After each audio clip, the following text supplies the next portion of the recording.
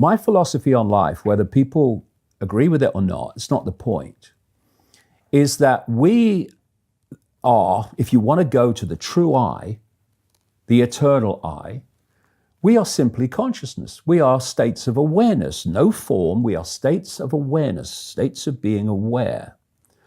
And we experience this reality through these, what I call biological computers, these bodies, which allows us to experience a certain band of frequency that we call the world. And I'm always talking about the illusion of the label. The world is in so many ways controlled and psychologically controlled by manipulating people, not least through the lack of information about reality, into self-identifying with labels. I am this race, I am this religion, I am this sex, etc. I am this income bracket. And people self-identify with those labels. If you say to people, say to a guy, who are you? They won't say I'm a state of awareness having an experience. They'll say, oh, I'm Bill, I come from Blackburn, and I drive a bus. That's their self-identity. No, those labels are not who you are, they are your experiences. So when someone says, I am a Muslim, well, no, that's your experience. I mean, do you think when you leave the body, you're still a Muslim? Do you think before you came in here, you were a Muslim? I mean, these religions and these constructs and these labels are a feature of this frequency band we call the world. You come in, you pick up labels, not least through where you're born. If you're born into a Muslim family, you're almost certainly going to be a Muslim. If you're born into a Christian family in the southern states of America, you're almost certainly going to be a Christian. You're born into a Jewish family, you're almost certainly going to be follow Judaism or whatever. So the labels are not even decided upon often. They're just inherited through where you're born. So these labels are transitory experiences, incredibly transitory experiences. So whatever people agree with that or not, and I talk about it in detail in the books, that's my philosophy on life. It's the ultimate non-racist philosophy. Because I'm saying all these labels are irrelevant.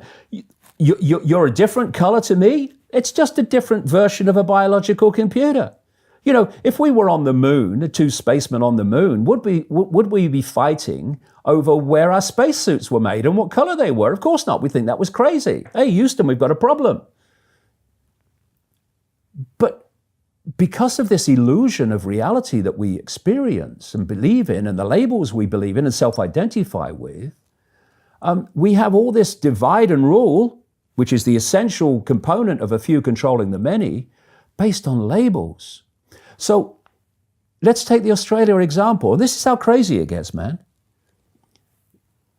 My philosophy is the ultimate non-racist, non-label philosophy. I don't judge people by labels because I know it's a transitory experience. I know that the person that calls himself this, that, or the other is a point of attention within the same infinite awareness that I am. We're all expressions of each other. So that's my philosophy. And I get banned from Australia on basically the say-so of one man, this guy Abramovich, who is utterly and totally self-identifying with his label.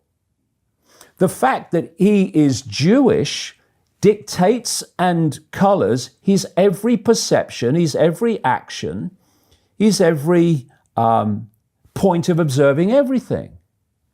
Whereas I'm saying, look, mate, chill. It's just an experience for a 70 years and 10. Your consciousness, having the experience, the same consciousness that I am. And yet I am the racist and he is the anti-racist. I'm saying in my talks, we need to love each other. Because the fact that we've stopped doing it on a large scale, and we are now having these fault lines of hate and abuse created to divide us, is what's allowing the imprisonment, the enslavement to happen.